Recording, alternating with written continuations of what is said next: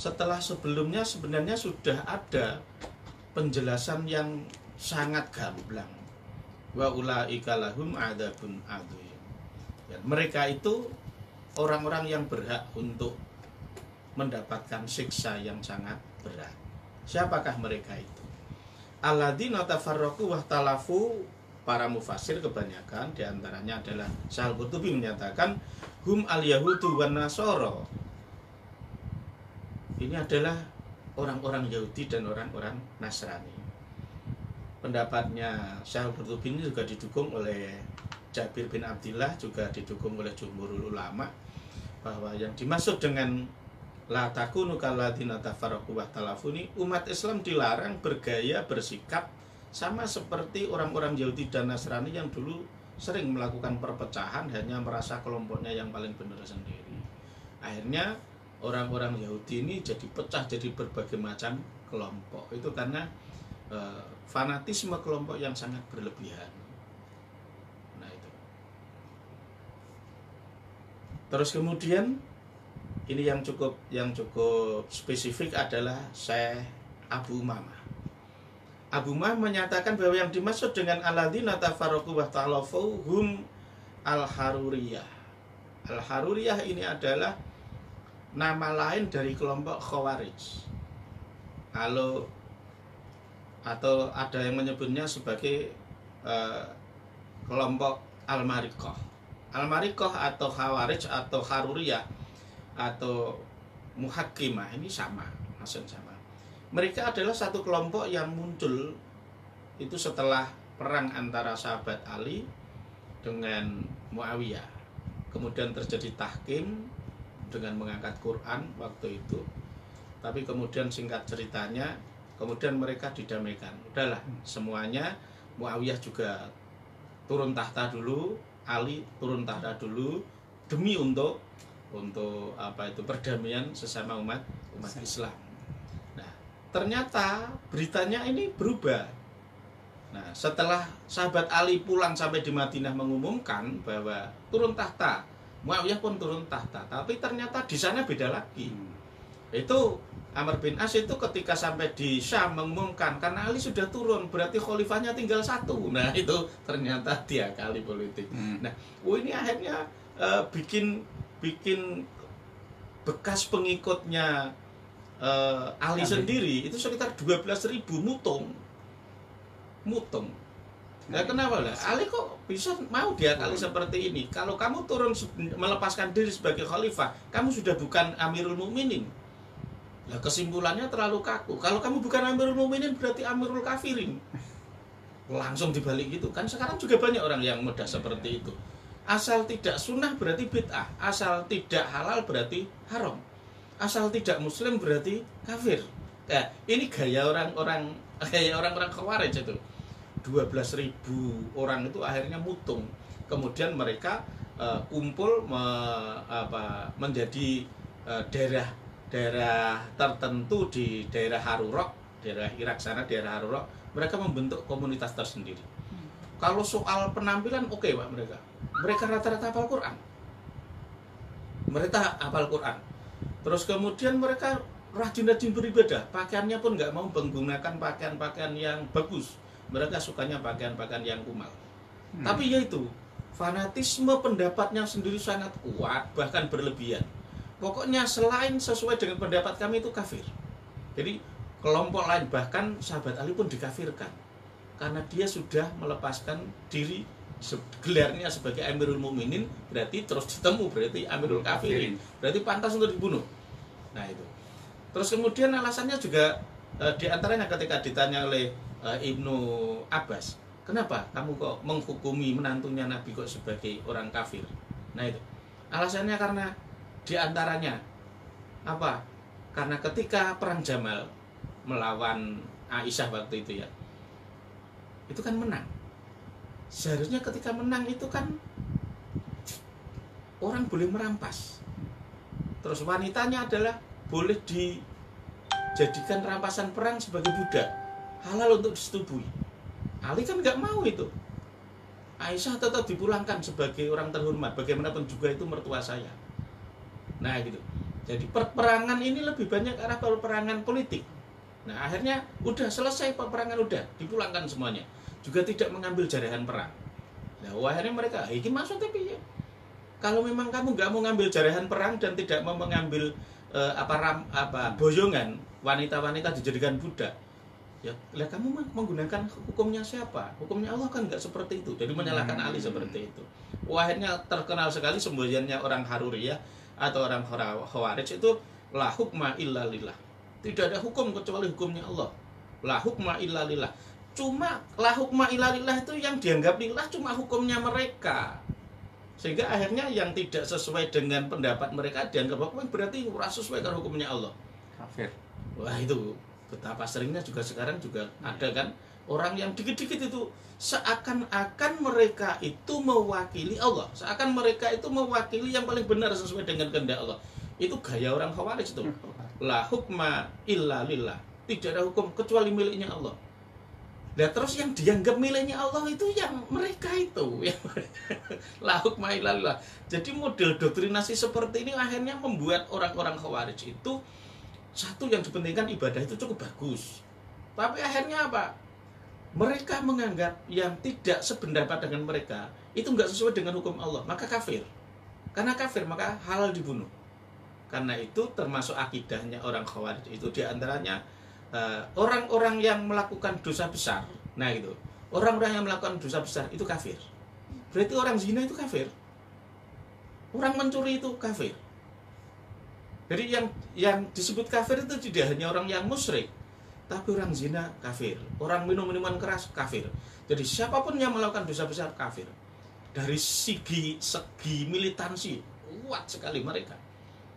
Jadi mereka minum minuman keras ya itu resikonya mati. Resikonya mati. Nah, tapi resikonya akhirnya akidahnya orang Khawarij yang menganggap bahwa orang yang melakukan dosa besar itu kafir halal dibunuh. Wah ini ngaco. Wah akhirnya banyak terjadi kekacauan secara politik maupun keamanan, sehingga akhirnya mereka dianggap sebagai sumber perpecahan umat Islam. Ya, jadi karena perang Jamal itu pun berawal dari kelakuan mereka sebenarnya ya, kelakuan mereka. Jadi tadinya itu sebelum mereka disebut sebagai Khawarij itu mereka sudah semacam kayak menjadi kelompok tersendiri itu. Di antaranya mereka kelompok mereka lah yang akhirnya melakukan pemberontakan. Nah, sehingga akhirnya Utsman bin Affan mati terbunuh. Itu ya yang mimpin ya Abdullah bin Sabah. Abdullah bin Sabah al-Yahudi waktu itu memimpin pemberontakan sehingga akhirnya Utsman terbunuh. Wah, ini sudah bikin kacau. Karena akhirnya yang dituduh membunuh dan bertanggung jawab terhadap kematian Utsman itu Ali, karena dianggap merebut kekuasaannya Utsman. Maka terjadilah perang Jamal yang dipimpin oleh Aisyah, istrinya Nabi. Akhirnya ceritanya mertua tukaran karo mantu. Ya karena trik politik yang luar biasa. Ini akhirnya terangkat sampai bisa mengadu domba antara sahabat Ali dengan mertuanya sendiri. Di sisi yang lain sahabat Ali juga bermusuhan dengan Muawiyah yang mendirikan kekhalifahan sendiri di Syam. Nah, ini akhirnya ngaco waktu itu politik. Ini semakin kacau.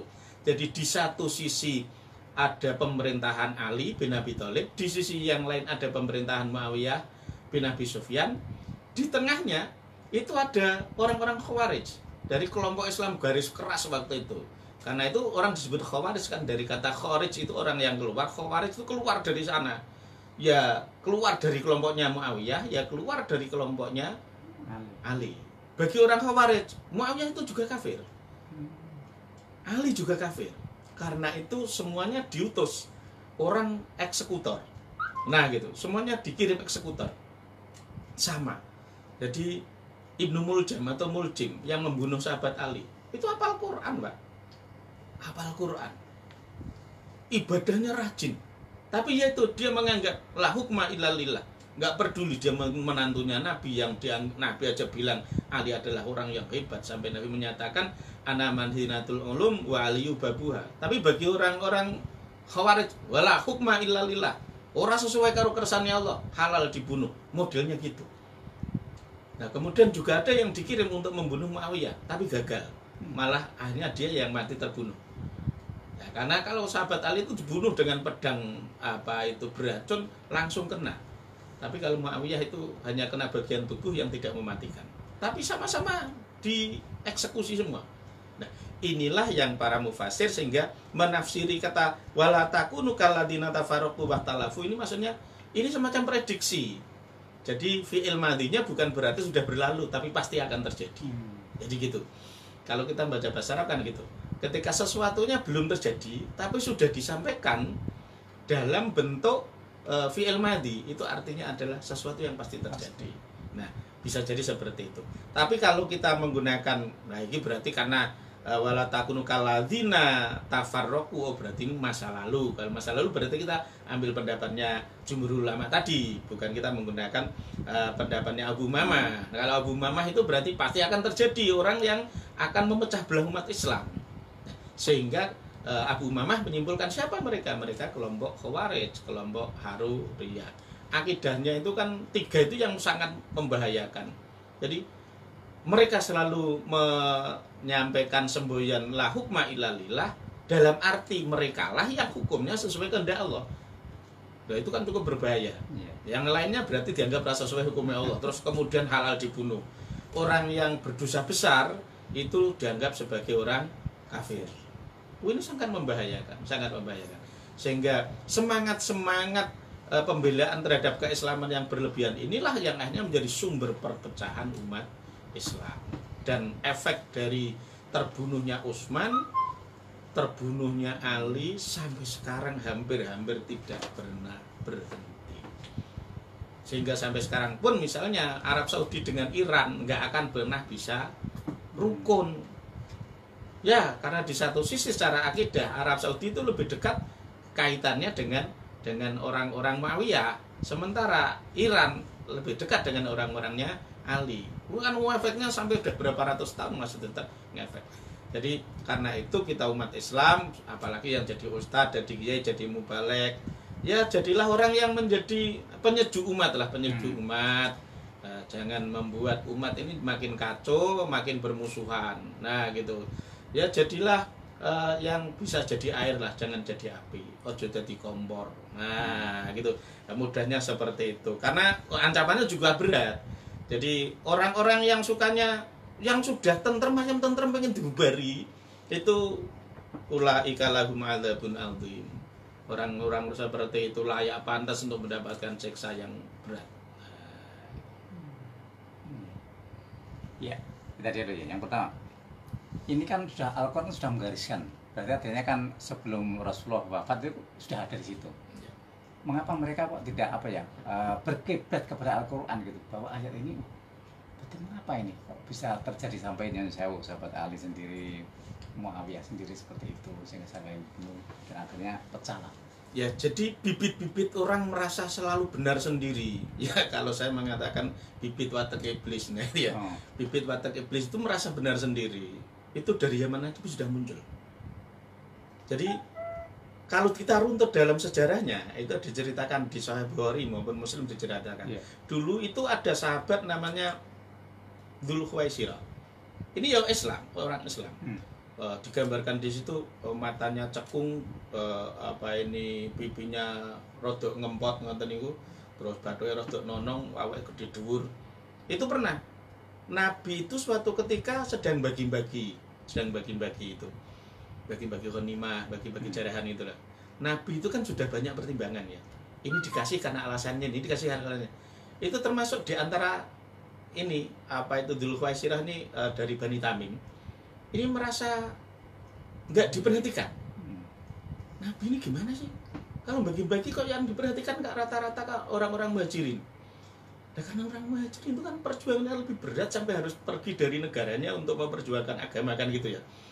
Tapi ini ternyata membuat orang-orang sahabat Ansor dan iri.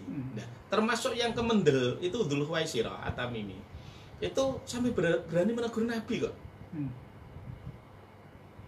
Negurnya apa? Ittaqillah. Jeung Nabi, saya ngadil to. Mbok takwa maring Gusti Allah. Astagfirullahaladzim. Nabi dilokke ngoten. Idil. Saya ngadil to Nabi. Ittaqillah. Jenengan takwa Gusti Allah, takwa maring Gusti Allah. Nah ibaratnya Nabi makanya jawab, ya kalau saya kamu anggap tidak adil, siapa lagi yang bisa adil? Saya ini orang yang paling bertakwa. Kalau saya aja masih kamu anggap tidak bertakwa, siapa lagi yang bisa bertakwa? Nah, ini Dzul Khuwaisirah itu bahasanya kita apa ya? Kurang ajarnya bukan main. Iya. Berarti dia menganggap pendapatnya jauh lebih benar. Nabi salah. Dia merasa saya ini lebih bertakwa. Karena itu Nabi, wah Nabi keliru, salah, tegur. Itakilah. Ngoten lah Nabi kok ditegur. Nah, tapi setelah itu dia pergi, Khalid bin Walid marah. Jenah. Dakni adribu unuqahu. Pripun Nabi? Izinkan saya tak ketoki gulune. Khalid bin Walid kan orangnya galak juga. Jangan, boleh Nabi nggak boleh. Jadi Nabi itu juga tidak pengen menciptakan perpecahan. Kenapa? Kalau ini sampai dibunuh, padahal dia itu dari Bani Tamim, yang dari kategorinya lebih banyak bisa dimasukkan ke arah Ansor. Sementara Khalid dari kalangan Muhajirin. Nah, karena kan dari kalangan Makkah itu. Ya ini kalau nanti terjadi pembunuhan, nanti bilangnya bukan Dzul Khuwaisirah yang kurang ajar dibunuh oleh Khalid, tapi sahabat Ansar dibunuh oleh Muhajirin. Nah, kacau ini monggo. Dan gitu. Sehingga Nabi akhirnya jangan, karena dia masih sholat. Gitu. Nabi dia masih sholat. Waktu itu ya maaf, Khalid pun masih semacam memberi argumentasi. Nabi sekarang ini banyak, wong zaman Islam sudah menang, banyak orang yang bersyahadat hanya untuk nutupi diri saja. Jawabnya Nabi ya, saya ini diperintahkan hanya untuk melihat sisi zahirnya saja. Asal zahirnya sudah baca syahadat sudah muslim. Ya, ini sikap Nabi ini harus kita pegang. Meskipun kita tahu kok, Nabi tahu prediksi bahwa dari orang ini, dari Dzul Khuwaisirah ini, besok anak cucunya itu akan banyak orang-orang yang baca Qurannya fasih-fasih, hafal Quran, tapi Qurannya tidak akan nyangkol, langsung merucut sangka golokane seperti merucute panah dari sasaran. Maksudnya apa? Hafalan Qurannya bagus, bacaan Qurannya paling bagus, tapi kelakuannya badek, ora sesuai karo hukum Quran. Jadi Qurannya itu tidak digunakan, tidak diamalkan, tapi hanya sebagai alat untuk memukul lawan-lawannya. Itu digambarkan. Dan akhirnya muncullah dari keturunan Dzul Khuwaisirah At-Tamimi ini, Bani Tamim kan menyebar banyak itu ya. Termasuk sampai di wilayah Syam, sampai di wilayah Madinah juga banyak keturunan Bani Tamim. Itu dan terbukti kelompok Khawarij ini rata-rata adalah keturunan Dzul Khuwaisirah. Jadi prediksi Nabi ada. Seandainya Nabi modelnya gaya seperti Fir'aun kan dibantai aja anak-anaknya. Enggak Nabi. Karena memang kalau Gusti Allah menghendaki. Jadi Nabi sudah apa? Visioner melihat ke depan, besok anak cucu orang inilah yang menjadi sumber percantuman umat Islam. Tapi meskipun prediksi nubuat Nabi itu sudah tahu, Nabi nggak memerintahkan kok untuk membunuh Dzul Khuwaisirah dan anak cucunya. Ya, memang dapat dikatakan apa ya? Dapat dikasut mengasut itu sudah sejak bimbingan wahyu seperti itu. Apalagi sekarang. Artinya kalau sekarang itu maaf, ada hasut mengasut tapi sampai tidak terjadi cekcok itu berarti lumrah itu. Gimana ya? Jadi itu bagian dari perkembangan umat Islam ya. Umat Islam sendiri seperti itu. Memang sejak zaman Nabi sudah ada. Ya, sejak zaman Nabi pun sudah ada. Orang yang ngaku Islam kemudian membunuh orang Islam itu juga ada. Sehingga di antara misalnya ada sekitar 70 khufat yang masih terbunuh. Itu yang membunuh ya tadinya ngakunya masuk Islam. Tadinya masuk Islam. Nah gitu. Suku Usai itu tadinya masuk Islam. Ada juga di suku yang lain lagi. Itu minta guru ngaji, dikirim 40. Tapi akhirnya di tengah jalan dibantai. Kemudian akhirnya tinggal satu itu yang dibawa sampai di Makkah, dijual untuk dieksekusi itu di Bani Haris itu. Ya sama. Jadi dari dulu itu zaman Nabi trik-trik, intrik-intrik, pura-pura masuk Islam hanya untuk ngaco itu juga sudah ada ya? Sudah ada.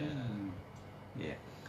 Tapi yang lebih ngeri lagi, mengapa ini? Kok sampai terjadi antara menantu dengan kok sampai ya itulah politik. Itu juga politik. Itu kaitan dengan politik. Politik. Ya, kaitan dengan politik. Jadi waktu itu kan sudah berdiri dua kekhalifahan. Satu kekhalifahan itu dipimpin oleh sahabat Ali. Satu kekhalifahan lagi itu adalah dipimpin oleh Muawiyah. Jadi di Madinah ada Amirul Mukminin sendiri, di Syam ada Amirul Mukminin sendiri. Nah ini sudah perpolitikannya sudah ngaco, ini sudah ngaco. Nah, akhirnya malah waktu itu terjadi terbunuhnya Utsman. Nah, akhirnya yang dituduhkan Ali. Nah akhirnya sehingga Aisyah ikut terhasut untuk menuntut. Maksudnya adalah menuntut agar Ali ini bisa mengadili siapa yang membunuh Utsman. Karena dari segi nasab Aisyah dengan Utsman itu juga cukup dekat. Oh, ya, iya cukup dekat. Sehingga akhirnya terjadilah kekacauan yang luar biasa. Jadi kekacauan luar biasa itu dalam sejarah Khulafaur Rasyidin itu luar biasa. Khulafaur Rasyidin yang tidak mati terbunuh itu kan satu-satunya cuma Abu Bakar. Itu kan menunjukkan betapa beratnya untuk menata perdamaian di wilayah Timur Tengah waktu itu. Sangat berat sekali. Jadi budaya pengen berkuasa dan membantai waktu itu sangat kuat sekali. Yaitu tadi malah ditambahi dengan la hukma illa lillah itu. Angger kelompokku bener sing liyane halal dibunuh, kafir. Itu tambah mengaco. Nah, sehingga akhirnya kekhalifahan Islam itu kan beda-beda ya. Yang satu-satunya tidak terbunuh kan cuma sahabat Abu Bakar. Umar pun mati terbunuh juga karena kaitannya dengan politik. Kenapa? Ya karena waktu itu ketika pemerintahan Umar ada perluasan sampai di Iran, itu orang-orang Iran yang masuk Islam dan mereka hidup di Madinah ya mangkel sama Umar. Karena Iran itu waktu itu kan imperium yang sangat berjaya. Tiba-tiba kok bisa dikalahkan oleh kerajaan yang diibaratkan kecil, nggak punya istana, nggak punya singgasana. Nah kan terkenal sekali kan. Umar itu singgasana nggak punya, istananya pun nggak ada. Jadi ibaratnya kayak pemerintahan tapi tidak punya gedung-gedung megah sebagai simbol pemerintahannya. Tapi aneh bisa mengalahkan Iran. Wah itu kan Abu Lu'lu'ah kan muangkelnya bukan main. Padahal Abu Lu'lu'ah itu juga orang Islam. Orang Islam. Ya akhirnya dibunuh. Ya itu kan berarti bukan karena dia Muslim, saya membunuh haram, enggak. Mikirnya kurang ajar, dia menaklukkan negaraku. Itu kan kaitannya dengan politik juga. Kaitannya dengan politik. Ya ketika Utsman matinya juga karena diberontak oleh para pembunuh-pemberontak. Nah itu. Ketika Abdullah bin Sabah memimpin pemberontakan itu ya sebenarnya sudah kacau. Menganggap bahwa Utsman ini halal dibunuh. Kenapa? Kafir. Kenapa kafir? Karena dia membiarkan keluarga-keluarganya yang jadi pejabat untuk mengkorupsi uang negara. Mencuri itu kan dosa besar, kafir. Kacau sebenarnya. Ya, jadi kalau model dikit-dikit kafir kan akhirnya apa-apa halal dibunuh kan ya gawat kalau seperti itu. Ya. Nah, ini semakin menarik ini. Benar-benar nanti pendengar pemirsa juga banyak yang interaktif ini. Ya, kita sedang ya. Pendengar pemirsa kita jeda sejenak, jangan lupa nanti sesi kedua bisa phone live dan 6746352. Kita dengarkan satu nada berikut ini.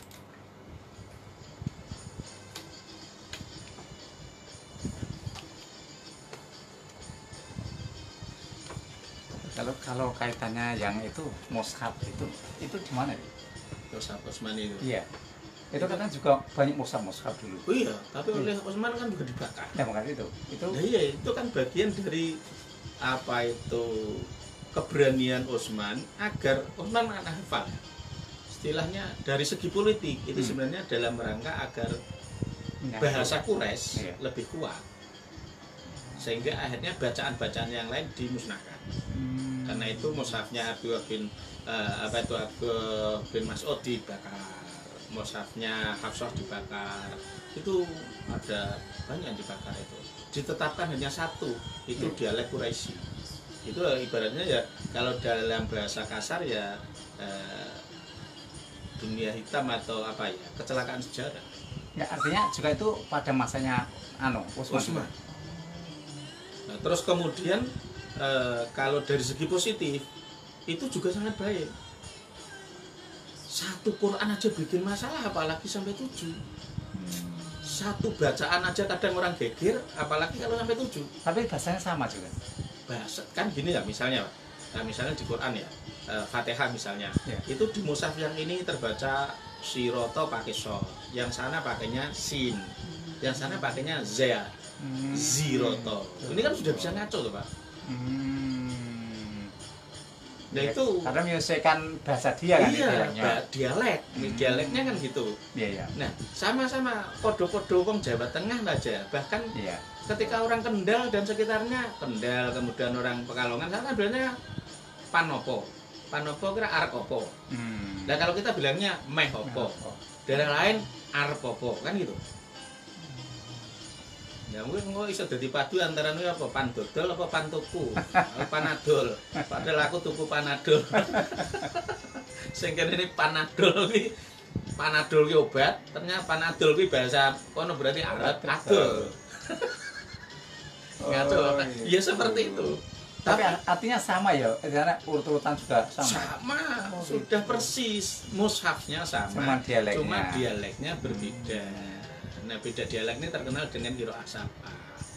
Tapi itu disengaja oleh Utsman dalam rangka untuk mempersatukan umat. Pertimbangannya gitu, dalam rangka mempersatukan umat. Satu saja ini udah diprediksi nanti bikin kacau apalagi. Tapi kalau sama itu kan tidak merubah arti lah. Kalau itu kan kata seperti itu kan merubah arti antara. Ya, dalam qiraah sapa ada tuh Pak. Iya, ziroto ya ada. Misalnya alaihim kono di qiraahnya alaihum ya ada. Maksudnya bagi misalnya bagi Bani Tamim misalnya mereka bilangnya alaihum. Alaihim. Misalnya bagi orang-orang mana itu Yaman itu untuk bilang oh kan kalian enggak Pak. Makodir magadir. Makolah magalah. Ya gitu loh. Makanya kita kenal makodir, kita makadir, magadir ya, magadir. Atau kalau orang-orang Betawi kan bilangnya apa Pak? Da kan kangelan. Da orang Jawa Tengah bisa da. Orang-orang sana da.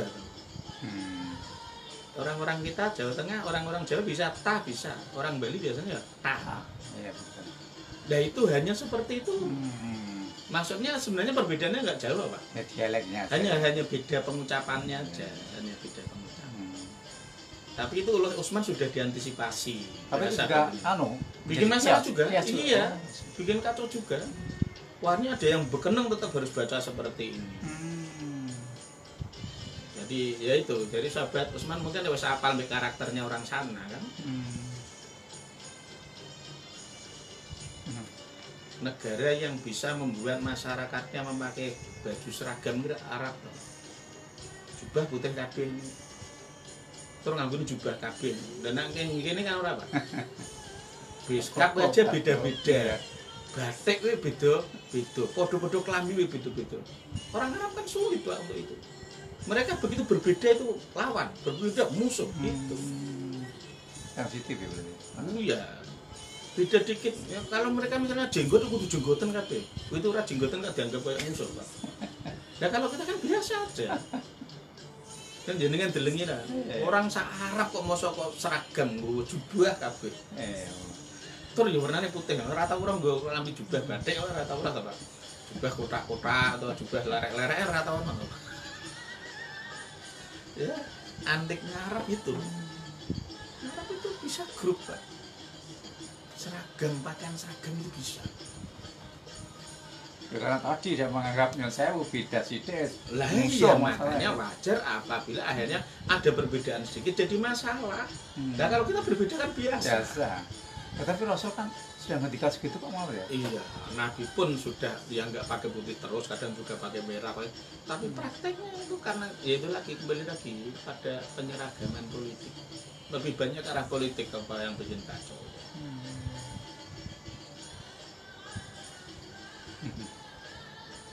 Jadi khalifah itu Nyon Sewu. Pada saat itu yo Nyon Sewu pada bahasanya Amirul Mukminin tidak ada yang sempurna artinya di situ yo.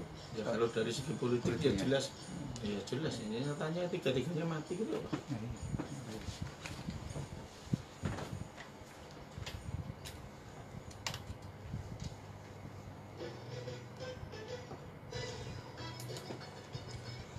Alhamdulillah kita kembali di 107,9 MHz Radio Dais Masjid Agung Jawa Tengah dan juga MACT TV.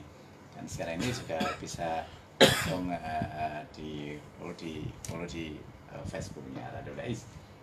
Sekarang waktunya pendengar pemirsa monggo yang mau live langsung call ke 6746352. Untuk pesan singkat langsung kirim 082133670000. Tadi kita berbicara tentang larangan menjadi pemecah belah umat. Nah itu adalah dosa besar. Monggo 6746352 kita beri kesempatan yang phone live dulu. Monggo para pendengar pemirsa monggo 6746352 kita beri kesempatan untuk yang phone live dulu sebelum kita baca WA dan juga SMS. Ya, kalau belum ada coba kita baca SMS dulu yang sudah masuk ya. Oh tapi beda enggak Pak. Assalamualaikum Yai. Waalaikumsalam warahmatullahi wabarakatuh. Sebagai contoh, saya sudah sholat, tapi setelah itu baru tengah sholat mendengar azan. Terus sikap saya bagaimana? Karena itu terlambat, musola atau masjid saya terlambat adanya. Sholat itu nggak harus nunggu azan. Sholat itu asal sudah masuk waktu sudah boleh sholat. Ya mungkin saja kalau Ramadan seperti ini kan Iya. banyak kan maghribnya memang ditunda. Bukan karena nggak apa, tapi memang aturannya seperti itu. Jadi kalau pas Ramadan seperti ini kita itu diminta saatnya maghrib untuk segera berbuka. Itu malah lebih barokah, lebih utama. Jadi kan akhirnya sholat maghribnya agak terlambat. Ya nggak apa-apa. Karena kemudian mendengar tapi pas sholat, mendengar azan pas sholat nih kemungkinan. Ya artinya kan dia sudah sholat duluan. Ya, berarti dia Neng nggak bisa. tengah-tengah sholat ternyata baru azan. Jawabnya kemudian. Ya, kalau dalam sholat ya jangan jawab ya Iya, azan. Mungkin maksudnya berarti sholat usah apa ora kan gitu mungkin. Ya tetap sah asal sholatnya sudah masuk waktu sholat. Nah gitu. Sudah masuk waktu sholat boleh. Karena bisa jadi ya tadi karena masjidnya itu musolanya itu azannya terlambat. Atau bisa jadi dia sholatnya di rumah. Iya. Ya mungkin dia sudah tahu ini sudah masuk waktu saya sholat masjid musola baru azan. Padahal saya sudah terlanjur sholat. Mungkin yang dimaksud sah apa tidak tetap sah asal sudah masuk waktu. Ya. Monggo kita tunggu 6746352 masih kita beri kesempatan yang phone live. Ya, kita baca lagi WA. Assalamualaikum Yai. Waalaikumsalam. Saya mau tanya tentang cara membayar fidyah bagi orang tua yang tidak sanggup berpuasa karena faktor usia sudah 80 tahun lebih. Bagaimana cara perhitungannya? Bolehkah dibayar dengan uang dan bolehkah disalurkan melalui zakat atau yayasan? Terima kasih. Penyaluran monggo bebas, disalurkan langsung boleh, dilewatkan kepada Basnas, Basis, Las, monggo lah. Boleh. Ini kalau di Majid Lasisma boleh. Atau di NU itu ada Lasisnu ada. Nah itu boleh disalurkan kemanapun boleh. Dibayarkan langsung juga boleh. Caranya adalah setiap tidak puasa itu dihitung satu hari itu adalah 1 mud. 1 mud itu 6,7 on. Ada yang cuma bilangnya 6. Tapi yang dari kalangan pesantren rata-rata bilangnya 6,7 aja masih lebih 676 gitu. Jadi 6,7 on ya, kalau dibulatkan mungkin jadi 7 on aja. Nah itu.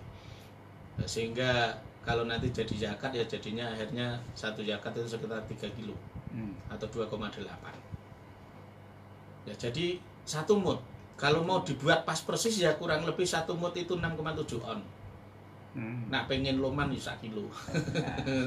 Sekilo itu lebih mudah. Itu tapi sekali lagi bukan saya menganjurkan 1 kilo enggak, tapi nak sampean loman 1 kilo hitung-hitungannya gampang lho. Apa sampean arep medit hitung aja 6,7 on nimbangnya ngikut timbangan elektrik. Gen pas persis ini. Kalau diuangkan juga sama ya? Kalau diuangkan maka harus senilai dengan itu. Boleh. Imam Abu Hanifah memperbolehkan orang membayar zakat maupun fidyah itu setara dengan nilai itu boleh. Tapi kalau Imam Syafi'i dan Imam Malik menganjurkan untuk tetap berupa makanan. Nah itu berupa makanan. Nah makan itu satu mud dipertimbangkan seperti itu. Berarti kalau 60 hari ya tinggal 30 hari tinggal dikalikan saja. Boleh langsung dikasihkan 1 brek dalam 30 mud itu boleh. Nah itu boleh dipelencar-pelencar boleh. Misalnya ini 5 hari kasihkan ini, 5 hari kasihkan 5 hari boleh.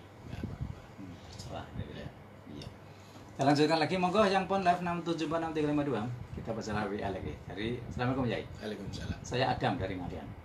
terpecahnya karena fanatisme. Ya ini. Kita sama dulu yang boleh. Assalamualaikum. Assalamualaikum. Dari siapa, di mana Bapak? Pak Sumari, Wontong Budi Pak Sumari. Oke, buka. Ji.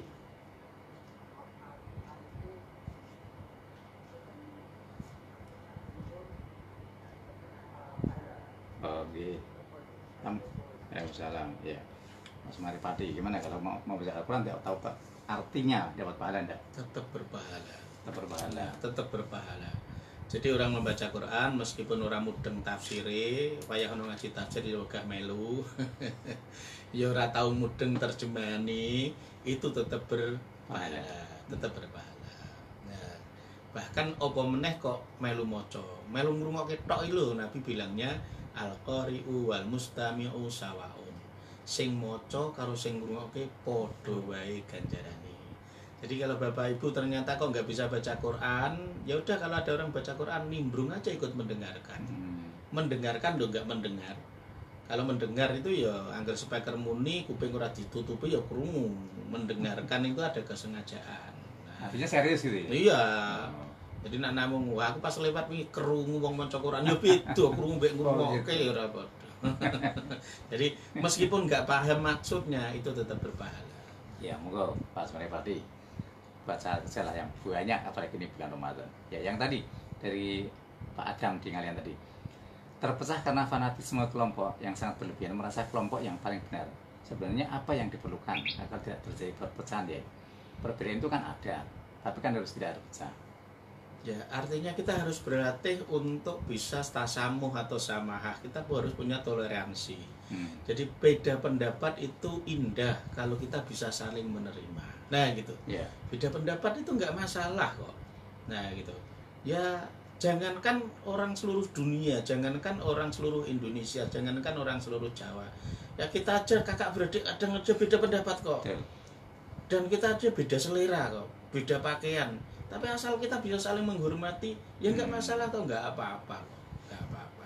Ya yang sering itu kan kita membesar-besarkan. Kemudian kita menganggap bahwa la hukma illa lillah, tapi yang dianggap hukma itu milikku. Lah itu yang jadi masalah kan kuwi. Sing sesuai Gusti Allah namung aku, lah kuwi sing repot.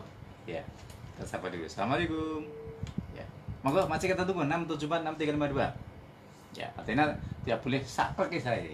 Gitu.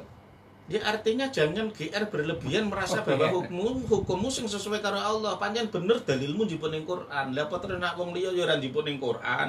Ya sama. Ustadz lain saya yakin juga hukum-hukum itu mengambil dari Quran. Cuma dari Quran itu banyak menimbulkan arti. Nah gitu loh, menimbulkan banyak persepsi. Itu yang akan menimbulkan makna yang berbeda. Misalnya taruhlah diambil Quran, sama ayatnya sama, bahwa Quran itu la yamassuhu ilal mutahharun. Wah ini akhirnya kan bisa bilang mutahharun itu siapa? Kan bahasanya kan tidak ada yang memegang Quran ini kecuali orang-orang yang suci. Orang suci siapa? Manusia apa ada yang suci? Ada yang bilangnya seperti itu, yang suci malaikat.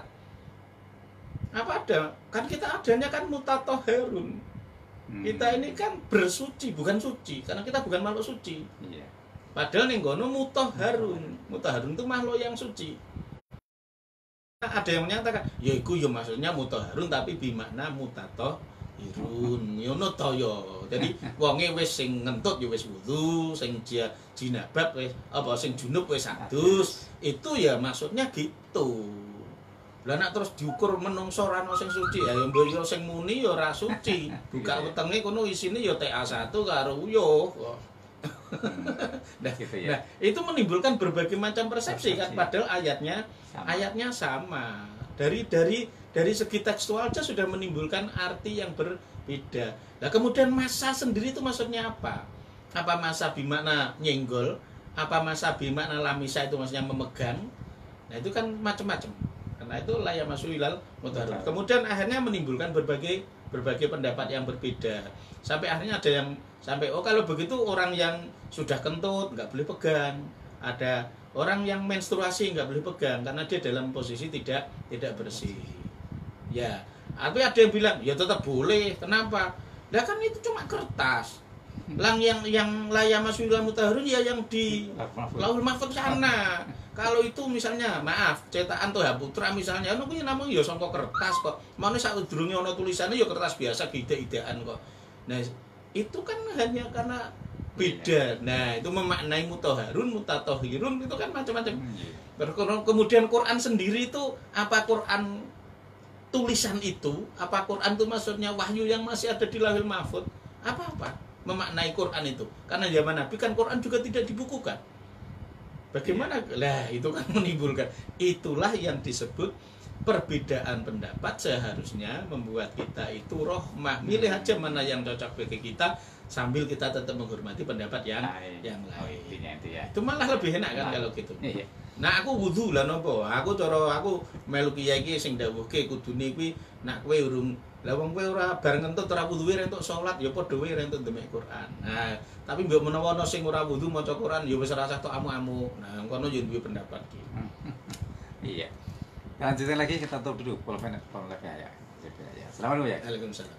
Dari Pak Masum nih mau tanya perbedaan amil dan panitia zakat serta berapa upah bagian untuk mereka dari zakat fitrah yang terkumpul. Jadi amil dengan panitia itu beda jauh. Panitia itu lajnah. Amil itu petugas resmi yang diangkat oleh pemerintah. Jadi yang dimaksud amil itu apalagi kalau setelah munculnya Undang-Undang 99 itu nggih. Niku kan sudah yang namanya kepanitiaan apa itu? Keamilan itu harus punya apa itu istilahnya badan hukum kan? Kan itu sudah diundang-undangkan. Iya. Sudah ada undang-undang. Jadi undang zakat ya undang-undang tentang zakat itu 1999 itu kan bahwa yang namanya amil zakat itu harus berbadan hukum. Iya. Artinya lembaga resmi. Kemudian kalau setingkat nasional berarti dia harus punya izin dari presiden. Kalau dia setingkat provinsi harus punya izin dari gubernur. Kalau tingkat kota ya harus punya izin dari wali kota atau bupati. Kalau tingkat kecamatan itu adalah dari KUA. Prakteknya dari KUA. Nah, gitu. Nah, jadi sehingga kalau yang di masjid-masjid musola-musola itu sebenarnya bahasanya itu ya kalau disebut panitia ya ilegal. Nggak punya legal volumarnya. Itu lajnah panitia, bukan amil. Dan yang berhak untuk mendapatkan bagian amil ya amil. Jadi kalau panitia atau lajnah itu masuk kategorinya ya apa ya? Panitia sukarela. Nggak boleh mendapat bagian sama sekali tidak boleh. Yang berhak itu hanya amil. Amil itu pun nggak boleh banyak-banyak. Amil itu hanya mendapatkan bagian itu adalah 1/8 dari pendapatan. Iya, dari pendapatan atau 12,5%. Itu haknya amil. Kangelane le njalui, kangelane le nglumpukke, kangelane le bagi-bagi, kangelane le ngurusi administrasi, pencatatan dan sebagainya, itu dia berhak untuk mendapatkan 1/8-nya atau 12,5%.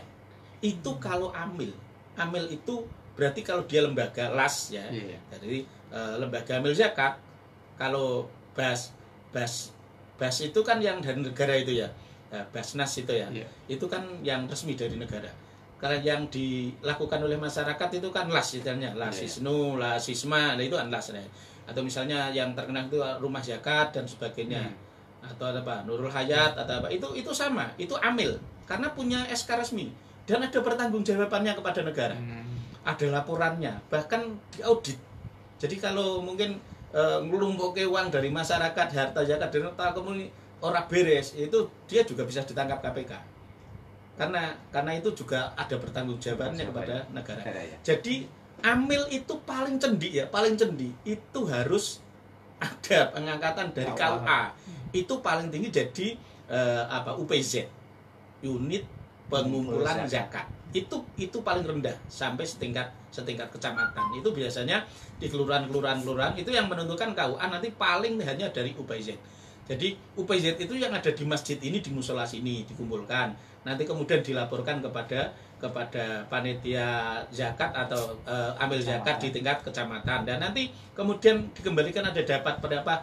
Nanti yang paling banyak juga dibagikan di wilayah situ sendiri kok. Nah gitu. Tapi maaf Bapak Ibu yang mendirikan lajnah kepanitiaan pengumpulan zakat di masjid musolanya itu harus memberitahukan kepada KUA. Kalau tidak itu ilegal jenengan. Nah, kalau kemudian jenengan tetap di masyarakat itu meskipun ilegal toh ya rada diteguri. Itu kemudian maaf, kalau jenengan itu tetap melakukan pengumpulan zakat dan pembagian zakat, maka jenengan tidak berhak sama sekali untuk mendapat bagian atas nama ngamil. Karena jenengan mboten ngamil, jenengan niku namung lajnah, jenengan niku panitia. Enggak sama sekali. Nah, itu sukarelawan. Nah, terus kalaupun pihak masjid musola mengadakan itu, mungkin karena demi kebaikan umat, nanti kan mungkin yang masuk kan nggak hanya zakat fitrah ya, ada zakat mal, ada juga infak, ada sodakoh. Lah yang infak sodakoh ini yang bisa diberikan kepada yang terlibat sebagai panitia, dan itu pun nggak boleh banyak-banyak, hanya sebagai ujroh misil. Ujroh misil itu bayaran sing pantes sesuai kalau kangelane. Lehmu kangelan kira-kira ya mungkin ya 100.000, 200.000 dipertimbangkan ibaratnya kayak wong kerja iki lah sedinane pira. Gitu. Jadi nggak boleh terus digoleki penake dhewe. Ngelumpukke ke masyarakat, monggo terus sing seperapat bagian kanggo panitia, sing 3/4 dumke ning masyarakat. Nah niku ya nyimun enak banget nek ngono kuwi. Tapi ya maaf, mulai sekarang Bapak Ibu yang menjadi lajnah jangan ngambil hak, jenengan mboten gadah hak. Iya. Ya, jenengan mboten gadah hak. Yang punya hak untuk bahasane Pak Karno kerja bakti ya. Jadi lajnah atau panitia pengumpulan zakat di masjid mushola yang tidak resmi mendapatkan SK dari pemegang kekuasaan, dalam ini yang terendah itu adalah KUA, maka jenengan panitia. Panitia nggak berhak untuk mengambil bagian dari zakat fitrah sama sekali. Terus jenengan niku gugur gunung. Kenapa Pak? Kerja bakti. Nah, iya. Kita tambah lagi. Assalamualaikum ya. Waalaikumsalam. Saya Ibu Mia menanyakan, walau yang membunuh Umar itu muslim, apa dia juga termasuk pendosa ya? Ya dosa, akhirnya juga dieksekusi mati. Jadi yang membunuh Umar, yang membunuh Ali, yang membunuh Utsman, semuanya sama. Itu mereka juga dieksekusi mati. Karena memang dalam hukum Islam itu kan ada aturan dalam hal dalam hal jinayat itu pembunuhan itu kan ada kisos. Karena itu jadi kisos. Nah, iya. Satu lagi nih. Oh, ya. Assalamualaikum ya. Waalaikumsalam. Dari Aan. Kapan bisa zakat fitrah? Bolehkah disalurkan sendiri? Salurkan sendiri diberikan kepada saudaranya yang membutuhkan. Boleh. Zakat fitrah itu sejak mulai tanggal 1 Ramadan sudah diperbolehkan. Namanya ta'jil. Ta'jil. Iya, dari kata ajala yu'ajilu ta'jilan, dipercepat. Alah, tak kayak awet tanggal si Ramadan iki, mumpung izin di duit. Mana mumpung izin di duit. Nah, atau mungkin dikasihkan pada tanggal 20, tanggal 25 atau mungkin kan kok tanggal 27 lah ben kono-kono iku persiapan gawe ngisi kopat, gawe ngisi lontong. Musim corona ya tetap dong gawe kopat lontong. Itu boleh. Nah, kalau sudah malam takbiran, maghrib itu sudah wajib. Sudah wajib. Karena berbahaya kalau nggak segera dikeluarkan, besok pagi setelah sholat Id sudah tidak sah.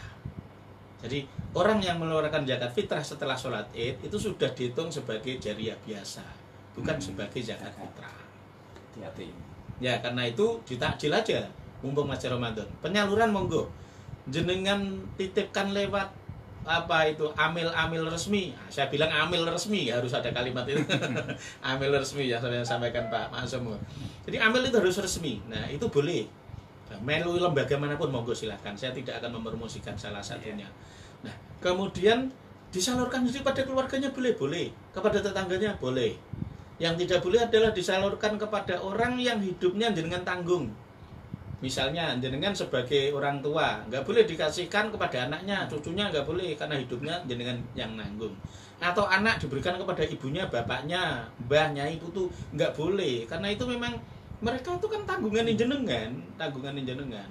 Atau misalnya suami dikasihkan istri, istri kasihkan suami, bulet kuwi jenenge. Itu yang nggak boleh. Kasihkan orang lain. Nah, itu kan haknya orang-orang fakir. Kasihkan orang-orang fakir. Iya. Ya terima kasih atas waktunya. Mudah-mudahan apa yang dilakukan ini manfaat untuk kita semua ya. Ya, pendengar pemirsa, Berarti bincang-bincang saya dengan Yaulil Albab Sehun tentang surah Ali Imran 105. Dan ini menjadi pelajaran inspirasi kita bahwa kita itu memang beda biasa. Yang penting semuanya ada dasarnya. Mari semuanya benar ada dasarnya dan mari kita sama-sama menghormati. Dan akhirnya saya kata terima kasih atas kebersamaannya dan memaaf atas kehilafan. Kita akhiri bolong. Wassalamualaikum warahmatullahi wabarakatuh. Waalaikumsalam warahmatullahi wabarakatuh. Allah. Monggo. Assalamualaikum. Waalaikumsalam.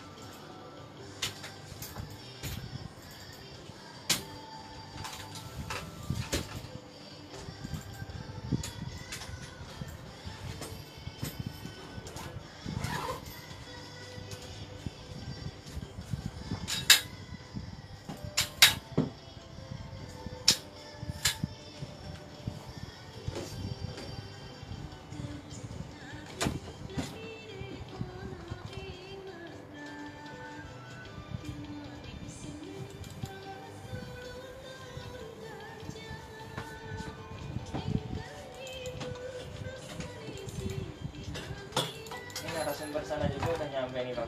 Udah, oh kasih. Oh kasih ya.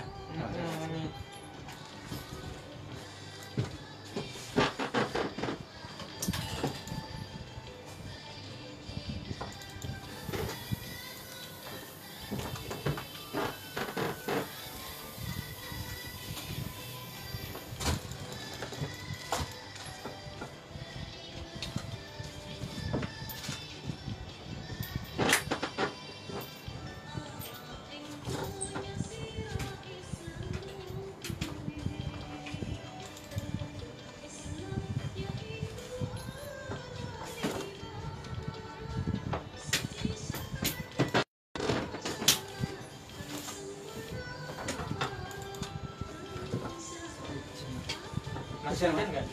Hujan. Hujan. Terus apa?